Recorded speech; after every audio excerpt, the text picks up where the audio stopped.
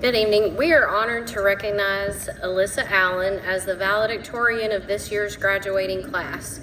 With an impressive GPA of 4.5, Alyssa has demonstrated unwavering dedication to both her academics and extracurricular activities. She has been a vital member of the Carter High School cheer team, served as vice president of the National Honor Society, and represented her peers as an 865 Academy ambassador. Alyssa will be continuing her academic journey at the University of Tennessee, where she plans to major in chemical engineering, a field in which she is sure to make a remarkable impact. Please welcome to the podium your 2025 valedictorian, Alyssa LuAnn.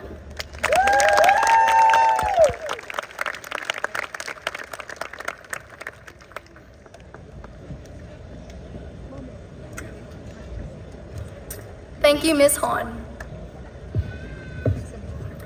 Good evening, students, faculty, family, friends, and special guests.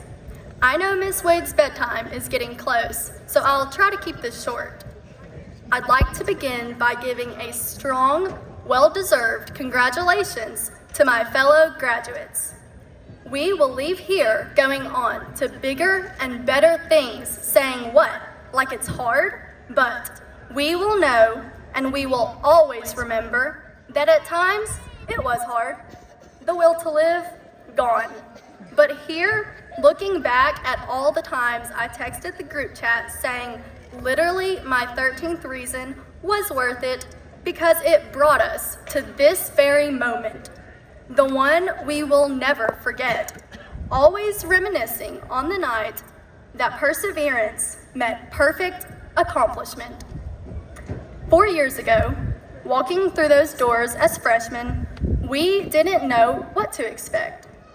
We were unaware of the way that we would evolve to work better under pressure, turning us into D1 procrastinators. Oblivious to the pit of misery and the quest to disprove Mr. McGee's motto that you can't BS a BSer. Ignorant of the way that Ms. Gilbert's tests would make us prefer short answer over multiple choice, blind to the bittersweet feelings that this graduation day would eventually bring. There were a lot of things we could not foresee, but one thing we knew was that this high school experience, we would not merely survive it, but instead we would thrive, flourishing into the young men and women that you see here tonight. We are a class ready to take on life. From the aftermath of COVID-19 to several shifts in administration, the incorporation of an AB schedule to the implementation of 865 academies, the class of 2025 has seen it all. There are certain people that made these twists and turns of high school enjoyable. I want to thank the teachers for always supporting us in both our academic endeavors and our personal lives. I don't think I would have survived junior year without tasting Mr. Martinez's end of the year barbecue or hearing Mr. Coe's daily, "Cool beans, bro." Now, look up to the stands and wave at your parents, your family, your guardians, the ones who've supported you through the years, because they are the ones that don't get enough recognition for this grand achievement we're experiencing here tonight. And now, look around at the students here on the field with you. Make eye contact with your best friends down the row and try not to laugh or cry too hard.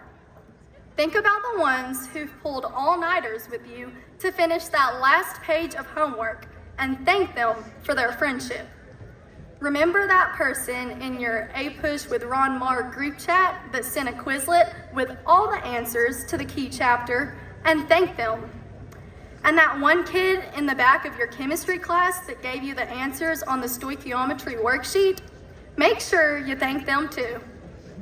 I want to take a moment to specifically thank the people in my life who've helped me in the journey to graduate as valedictorian. A special thanks to my mom and dad for hand plucking me from China and being the best parents that I could ask for. I don't tell you or Grammy and Grandma enough how grateful I am to be surrounded by a loving and supportive family. Thank you to my friends for always being willing to stay up late to listen to my rants, share laughs, and for being my moral support at 11:40 when the assignment is due at 11:59 and I haven't even started yet. To Jennifer Webb, thank you for your advice and constant encouragement.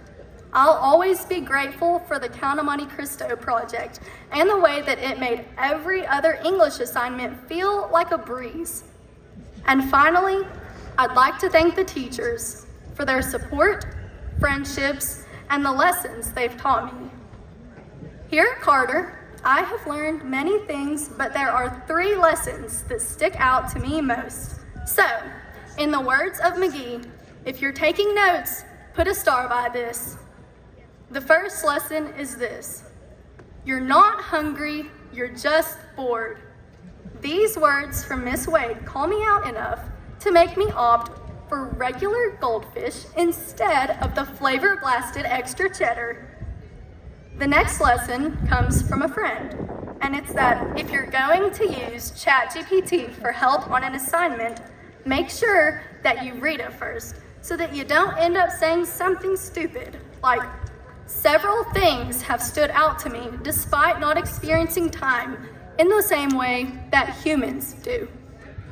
And last, but certainly not least, the most important lesson that high school has taught me is that there is nothing more humbling than when Miss Gilbert draws a giant question mark right next to the short answer question you wrote with 100% confidence on a test. In all seriousness though, these 4 years at Carter have made me see that life doesn't have to be perfect to be worthwhile. We've all had days when we felt like we couldn't do it anymore.